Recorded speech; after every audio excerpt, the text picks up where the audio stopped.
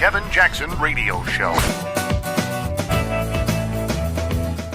Welcome, everybody. Kevin Jackson here. Yeah, I'm celebrating.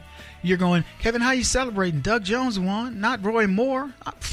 That's a one-trick pony. If that's all you were worried about, then, shame on you. No, I'm celebrating because we are in the driver's seat. Allow me to explain what I mean, okay? See, the Democrats have been doing all this bad stuff for quite some time. And it's become very complicated. It used to be you would encapsulate your dirty. So you only had a little bit of laundry to clean. No, they spread it around. It leaked out. You ever had like a basement leak and the sewage backed up and everything got contaminated? Now it's no longer contained. It isn't 2 or 3 people. It's 200 people. And because they've had this cabal in D.C. for so long, between Democrats and Republicans, rhinos, just call them leftist progressives because it doesn't matter what comes after their name. They've all been a part of it. But it's grown and it's gotten bigger and bigger. And as it's gotten bigger and bigger, it's gotten bolder. But as it's gotten bigger and bigger and bolder, it hasn't decided to work out. It hasn't had its buttocks in the gym working out. It just figures, I'm so big, I'm so bold now, you can't do anything about it. That's what the Clintons thought. They set up a phony foundation. They had data on top of people. They got people spying on other people. They got dirt on everybody in D.C. Barack Obama's doing the same thing with OSA. Obama for America. It used to be Organizing for America. Now it's Obama for America. He's dirty. He got all the data. He had NSA doing crazy stuff, and he built his big database, and I got dirt on everybody. But he didn't have dirt on Donald Trump. But he used the machine against him. I just talked about it. Jim Jordan, connecting the dots. I played a clip of Barack Obama saying on Jimmy Kimmel's show, or one of those shows, reading tweets, Donald Trump's never going to be president because he put in all the security blankets. FBI agent Peter Strzok texted Lisa Page, I want to believe the path you threw out for consideration in Andy's office, that there's no way he gets elected. But I'm afraid we can't take that risk. It's like an insurance policy in the unlikely event you die before you're 40. So he took out an insurance policy at the urging of his boss, at the urging of the people in the Justice Department who did all the tricks to ensure that Hillary Clinton would be president. That's why they couldn't have Bernie. Bernie, they don't like Hillary, but Bernie wasn't going to be able to continue the ruse. Hillary knew the inside. She had already set up her infrastructure. How do you think she made herself worth $200 million, collecting billions for her so-called charity, which was nothing more than a money laundering scheme for the super wealthy elitists that donate to her campaigns and run their businesses? A leftist can't run a business by the book and make money. They're crooked to their crazy core. So then the timeline text from former special counsel investigator Peter Strzok, they say, may raise concerns about his impartiality and will likely raise more questions about the Clinton server investigation. You want to know who said that? Paula Reed of CBS. See, it's already now starting to leach into the other media. Now let me tell you what's going to happen with the media. There's going to be this thing called a feeding frenzy. For the longest, they kept a lid on it. They said, you know what? We'll make our money. We'll figure it out. We'll switch to online. We'll do all this other stuff, but we won't tell the truth. Now, the New York Times hinted, we got to start telling the truth, guys. I mean, come on. Look at this election. We lied to ourselves about the polls. We lied about Donald Trump. The left assured us that they were crooked enough that they could keep the lid on it and everything would be good. Because let me tell you something.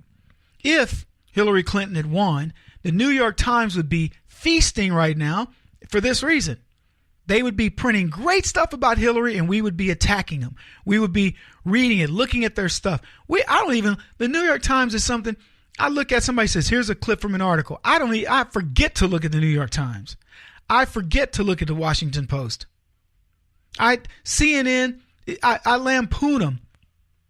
We've moved our business over to Breitbart, over to the Daily Caller, over to PJ Media, over to the blacksphere.net, over to teapartycommunity.org.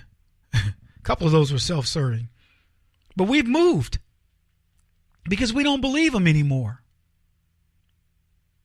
And that pesky Russia thing, I hope you guys have been listening long enough for me to go back to when I talked about this. All of our shows are in archive.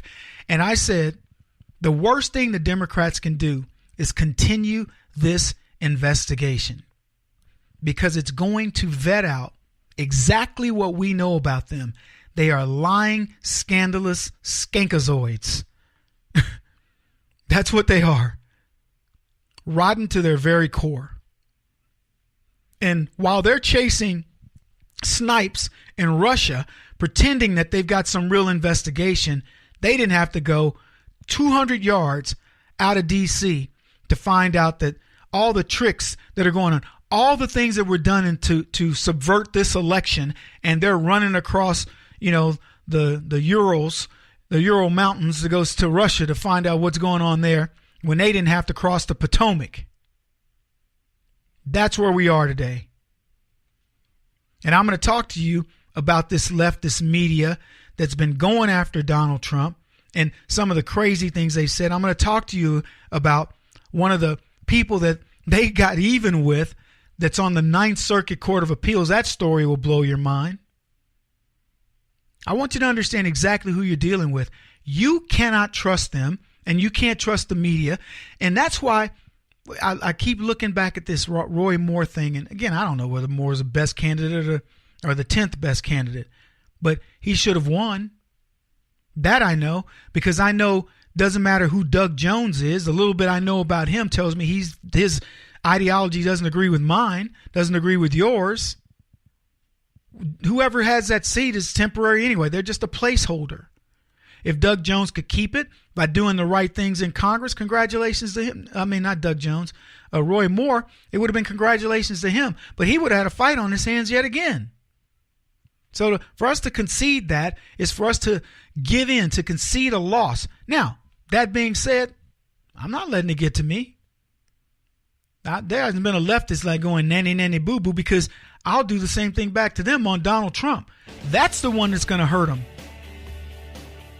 And I heard Larry Elder and friends of mine talking about, what's going to mean for this is not going to help the Democrats at all. Short break.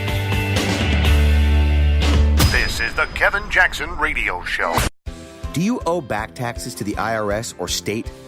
The secret to avoiding the IRS nightmare is to seek professional representation. My friends at Security Tax Associates provide the most cost-effective and ethical representation in the industry while helping to avoid seizures, levies, and wage garnishments. Security Tax Associates is here to ensure that the appropriate steps are taken to permanently eliminate any possibility of future tax burdens once and for all. For a free, no-obligation consultation, contact Security Tax Associates, 844-779-4177. That's 844-779-4177. 844-779-4177. Or visit them at securitytaxassociates.com.